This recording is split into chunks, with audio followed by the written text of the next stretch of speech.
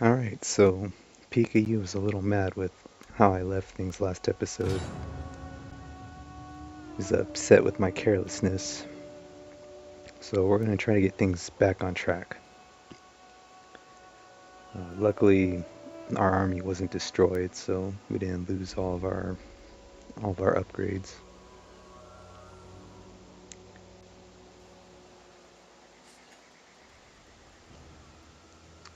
Laying siege to their hovels. Alright, and I found a short little video that I thought would be kind of fun to play. What do you want? So we're going to play this video as I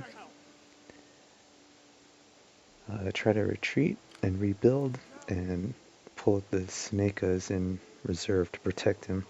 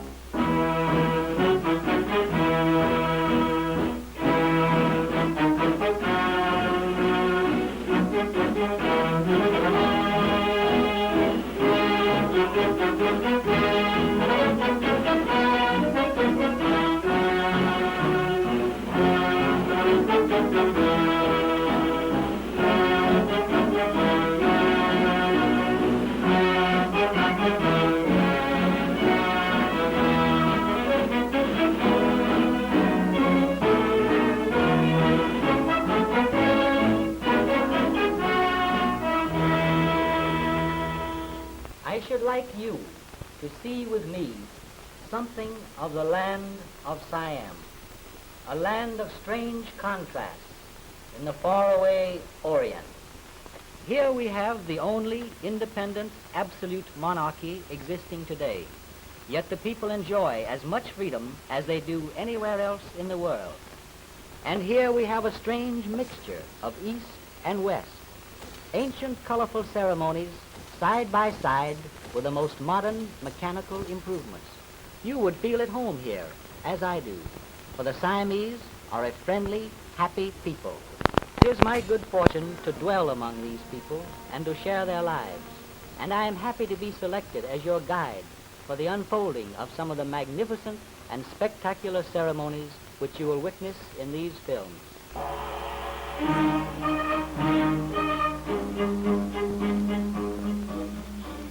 Tucked away in southeastern Asia lies Siam, shaped like the head of an elephant and traditionally known as the land of white elephants.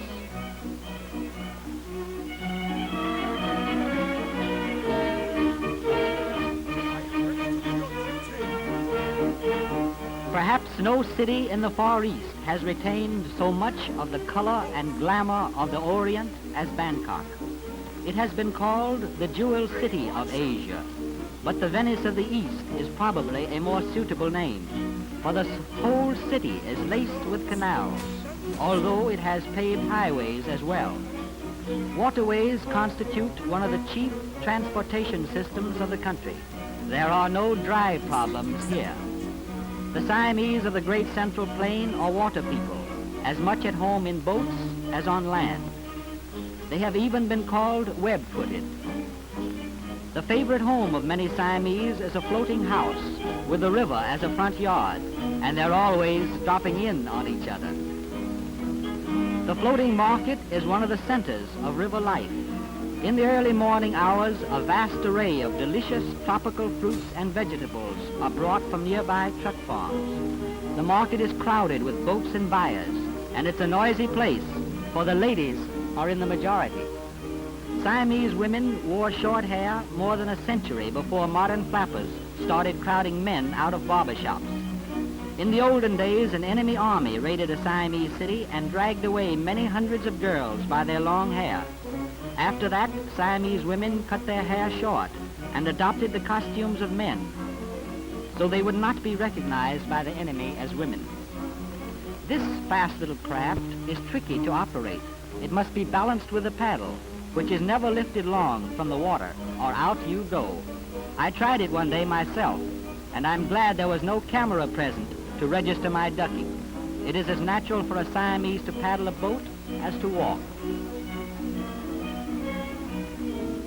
Siam is a nation of magnificent temples, gorgeous gems of architecture splashed with gold and brilliant colors which sparkle in the tropical sunlight. The great spire of this temple is colored with colorful bits of glass and chinaware from a porcelain-laden ship which was wrecked off the coast many years ago. Here is the Temple of the Golden Mount on an artificial hill constructed under the supervision of a Siamese king who wearied of the flat landscape of Bangkok.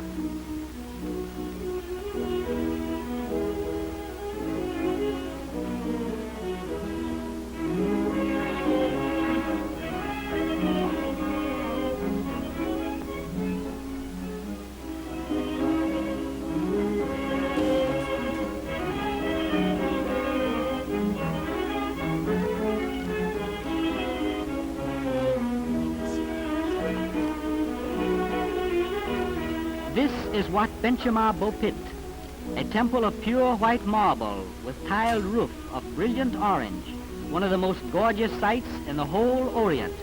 This temple, known popularly as the Temple of the Five Kings, is used for informal royal ceremonials. The prevailing religion is Buddhism, and the people are very proud of their faith. Buddhism in Siam is more a philosophy of life than a doctrinaire religion. The rules and commandments for a good life are similar to the 10 Commandments of the Old Testament. Here is the gallery of images of the Buddha. The first figure you saw represents the Buddha when he was fasting as an aid to the attainment of knowledge. The central figure of the Buddha in Siamese temples is a figure of peace and serene content. The figure here is not that of the Buddha, but an image representing a wise man. The little girl is not praying, but merely paying her respect to wisdom. Even the Buddha is considered a great teacher rather than a divinity.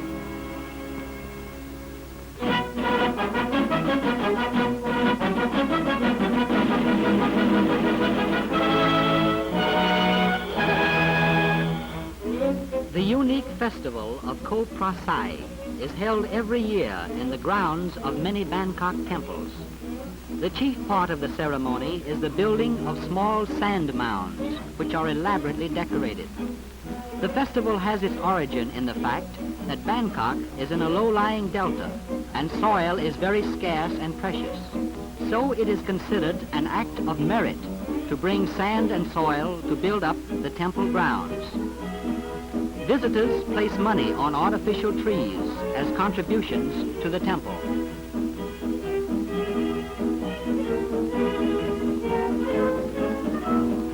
Siam is a land of colorful and spectacular festivals.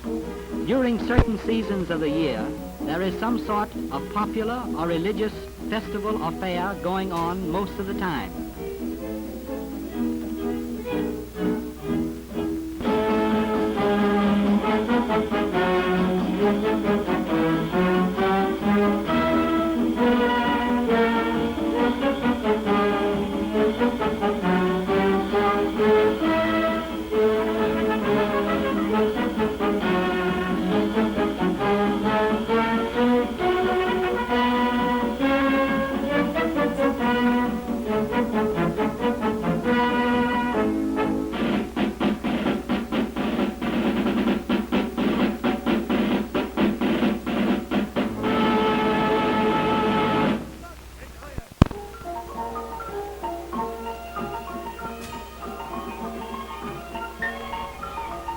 The Siamese are very fond of the theater, especially classical dancing.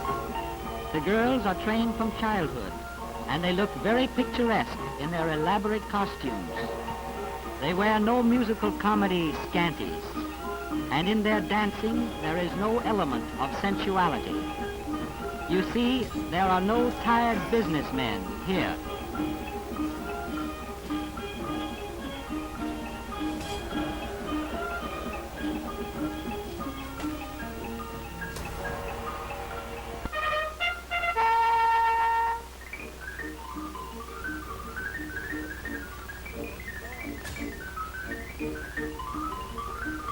Perhaps there is no game in the world requiring more skill than the Siamese game of takraw, which is played with a ball made of reed.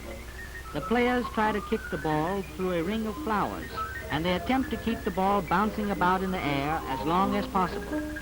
They kick it with feet, legs, knees, elbows, head, heels, and ankles. The players must be extremely agile and alert. There it goes, right through the hole.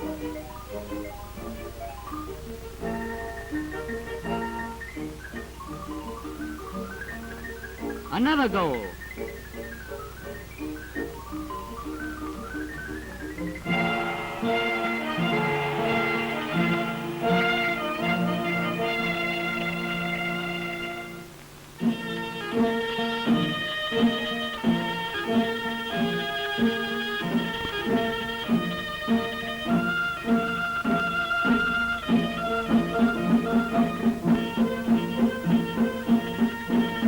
Siamese boxing contest opens with a sort of weird dance to the strains of an orchestra. The dance symbolizes that the fighters are looking over the ground for the combat. All during the round, the orchestra plays, starting slowly and getting faster and faster, encouraging the boxers to fight furiously.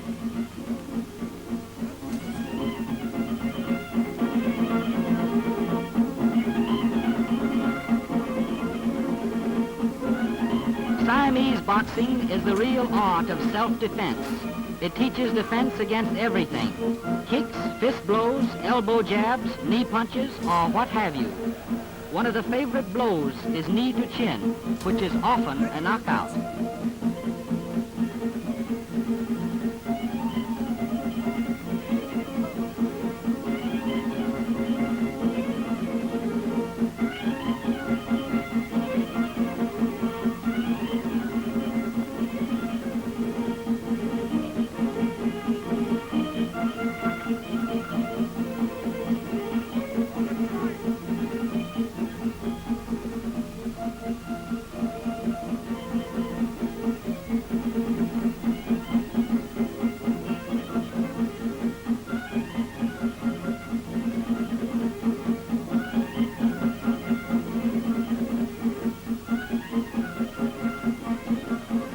Here's another kind of blow known as the rear attack.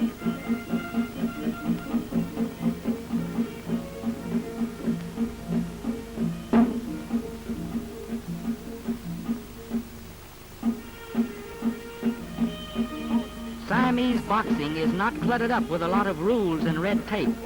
They go in to fight, and they do. Oh boy, what a fight.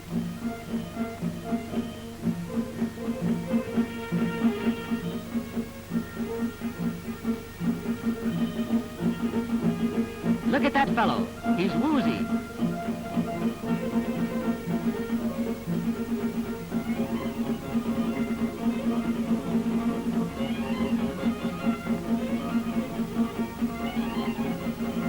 There he goes. He's down. 10, 11, 12, 13, 14, 15, 16, 17, 18, 19, 20. By the count of 20, he is definitely out.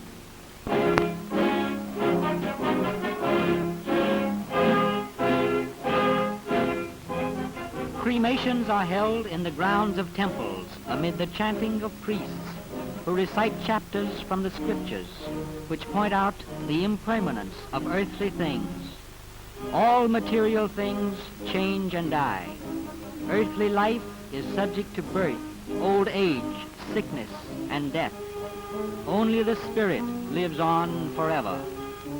The funeral pyre is lit by a priest, or in the case of a prominent man, by some member of the royal family, with fire which has been brought from temple candles. Then relatives of the dead man pass by the pyre, adding little sticks of wood or small candles to the flames.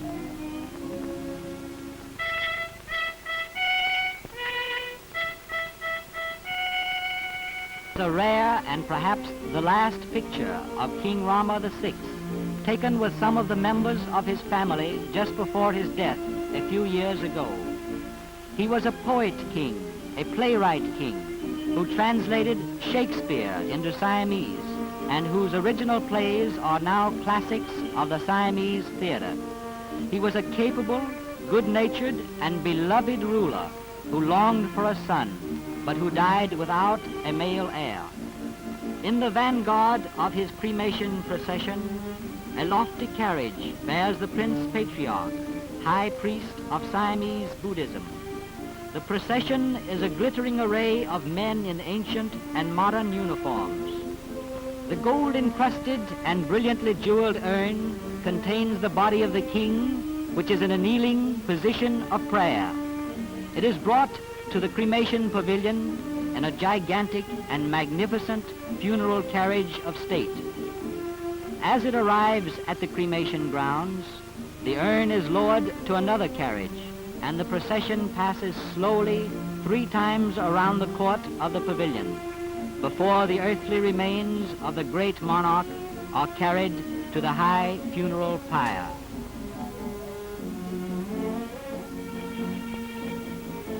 The new king and queen are borne in palanquins to join the cremation procession.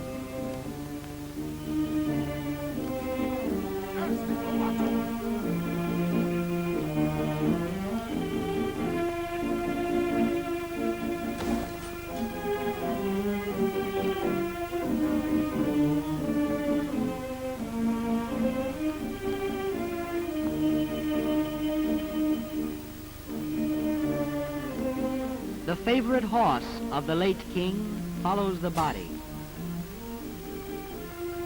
This marvelously beautiful cremation pavilion cost $500,000 to Calls, about $250,000. For each royal cremation, a new pavilion must be built. Even the same materials cannot be used for a similar purpose again. The wood is usually presented to various temples.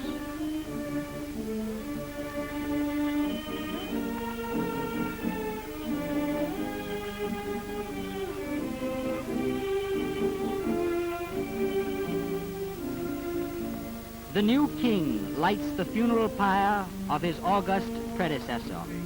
Then follow relatives and high officials of state, placing gold-tipped sticks of scented oriental wood on the mounting flames.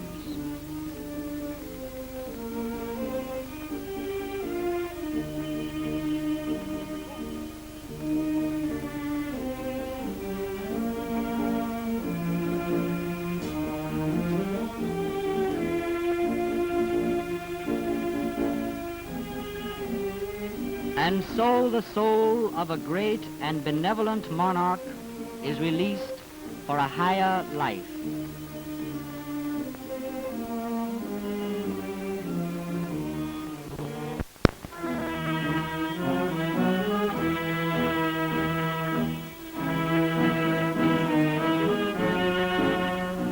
Prince Prajadipak, brother of His late Majesty, begins the elaborate ceremonies which will elevate him formally to the throne. The first step in the coronation is the ceremonial bath, symbol of purification. The waters are brought from the 5 great rivers of Siam. This ceremony is supervised by a high priest of the Brahmin sect. Buddhism is a simple religion, almost devoid of pomp and ceremony. So the Siamese have adopted Brahmin rites for formal and ceremonial occasions.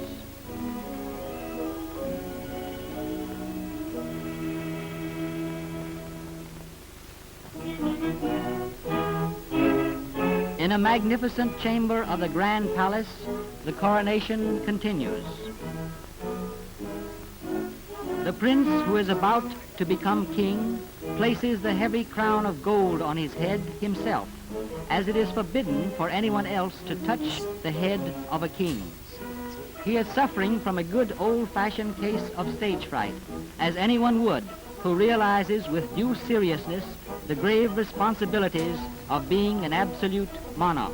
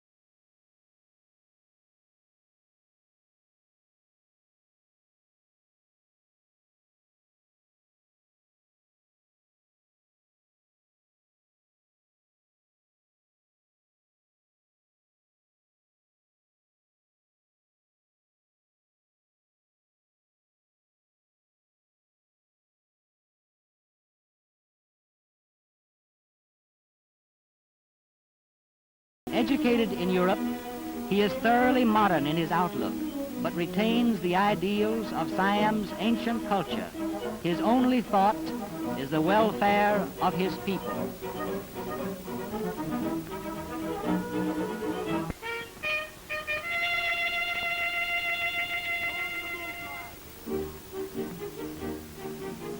In the case of young princes, such as these, this ceremony is a state occasion under royal auspices. Their costumes are of rich gold and silver brocaded cloth. The collars are of gold filigree. The anklets are ancient Siamese jewelry. From childhood, Siamese children wear little tufts of hair at the top of the head. This is an old Brahmin custom, dating from before the days of Buddha. It was believed then that there was a microscopic hole in the top of the head through which the soul entered at birth. The ceremony today, however, is merely a tradition. The top knot is divided into 3 sections. In the case of royal children, the king cuts off one section with gold-encrusted scissors. A priest cuts off another with silvered scissors, while the last is severed by a near relative with ordinary shears.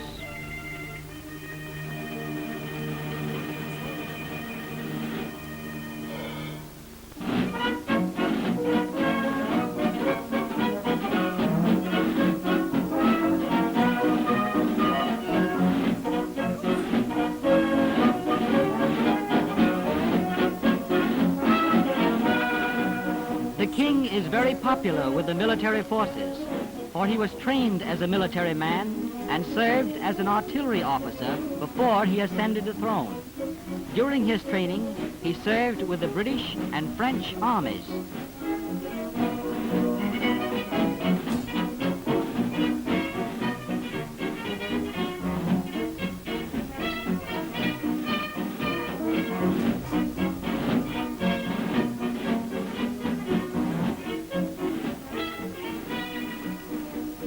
The present king never expected to come to the throne, but 2 of his elder brothers died in a short space of time. Even then, there was hope that his brother, King Rama VI, would be blessed with a male heir. A royal infant was expected even as King Rama lay on his deathbed. A child was born, but it was a girl, and Siam does not have ruling queens. A few hours later, King Rama was dead. So King Prajatipak came unexpectedly to the throne, but he has fully proved his worth as a statesman and administrator.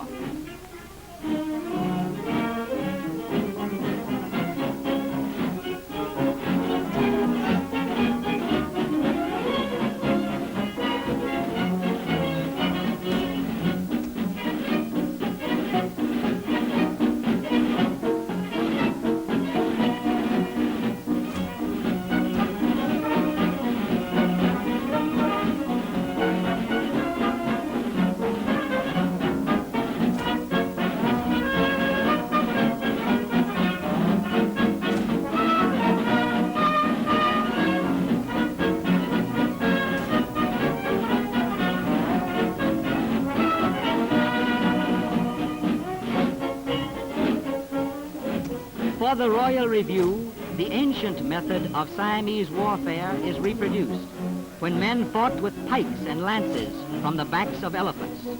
It was usual for the king to lead his men fearlessly into the din and clatter of battle.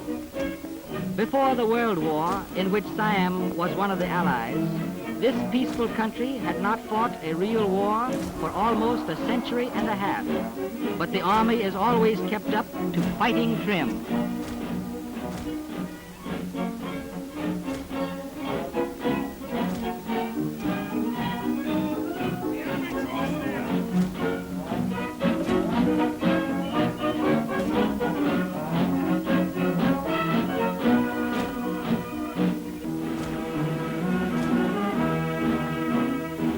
Today, Siam too has its flivvers, radios, railways, air mails, buses, and even miniature golf. With such a modern king and queen leading them, the people are rapidly adapting up-to-date methods without abandoning their ancient culture. But I hope they will never become so westernized that they will forget these gorgeous ceremonies. And I hope they will never become so engrossed in modernization that they lose their gentleness, their good humor, and the peace of their spirits.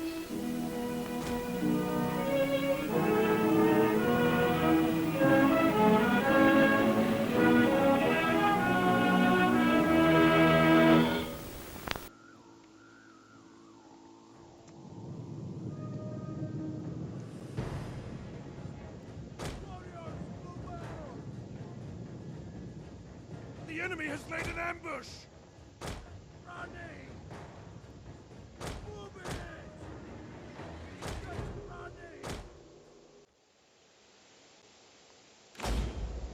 Running! So I thought that was pretty interesting to get a British perspective on Siam in 1930. Some of the pronunciations were a little off, but it's kind of to be expected.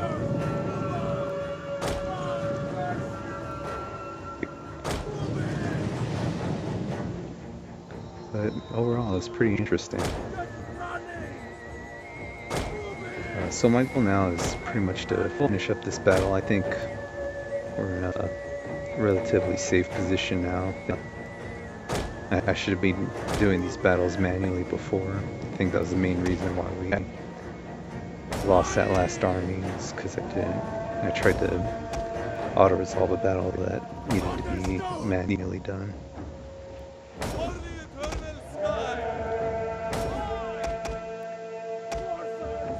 Luckily we didn't lose the army, so it wasn't completely devastating,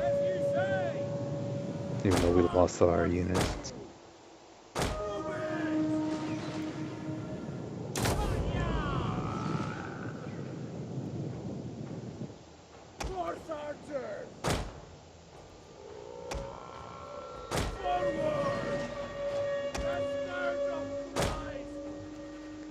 See if we can get some rear shots on these guys.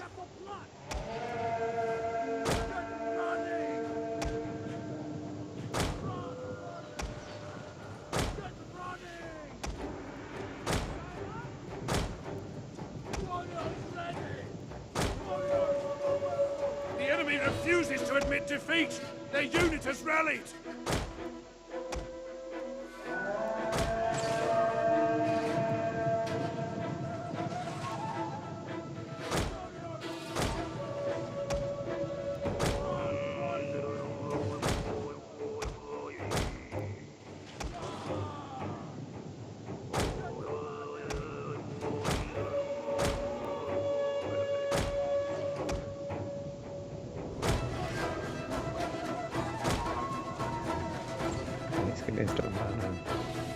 I don't want to break.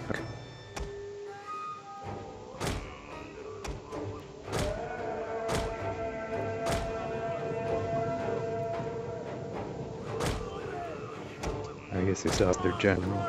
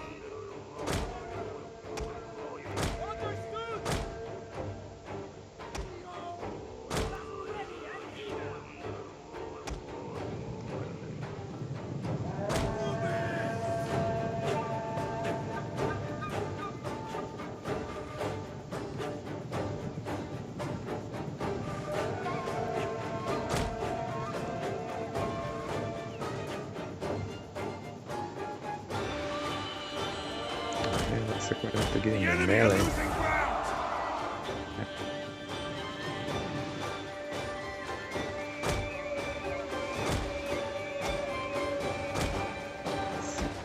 with this guy. That's a whale!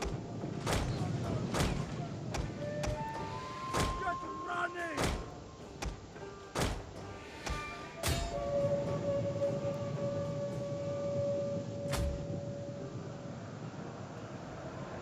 Force archer! Get scare them off. Kill! Kill! Kill!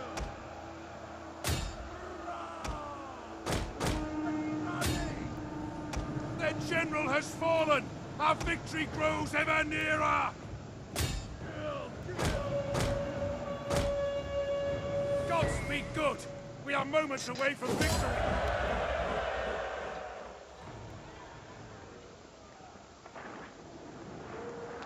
Alright, so that's going to be it for episode 29.